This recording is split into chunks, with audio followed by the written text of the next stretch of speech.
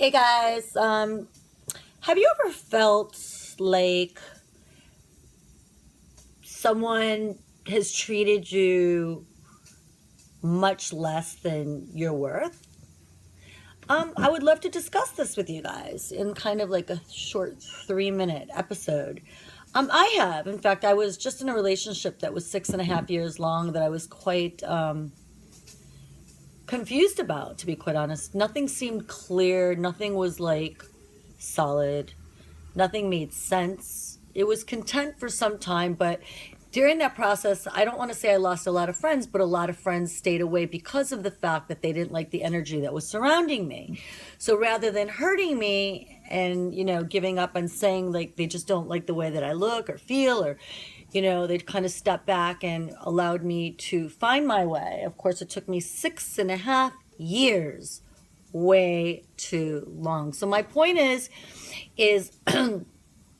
if you feel like someone is with you and they make you feel less than what you actually knew you are, walk away.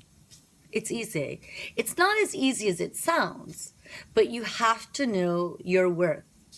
I always knew who I was and what I stood for just from the large amounts of friends that I had. And I was kind of like always like the crazy, I still am, but always the energetic one and, always happy to be around. And I just found myself in a very dark place. This place, otherwise known as this cobweb. And specifically, one of you know exactly what I'm talking about. But I'm in a really, really wonderful place now. I found so much happiness. And I am just telling you that if somebody puts you down, makes you feel less, calls you names, disrespects you, doesn't like your family, doesn't like your friends, doesn't like your dog, always thinks they're better than you or has something better to say or one up on them, walk away. Trust. There will be more of these episodes of my life's experiences that I think will kind of educate so many of you. So many of us just choose not to talk about it. And I think it's really important to do so. For many years in my life, because of the history and where I come from, I hid so much.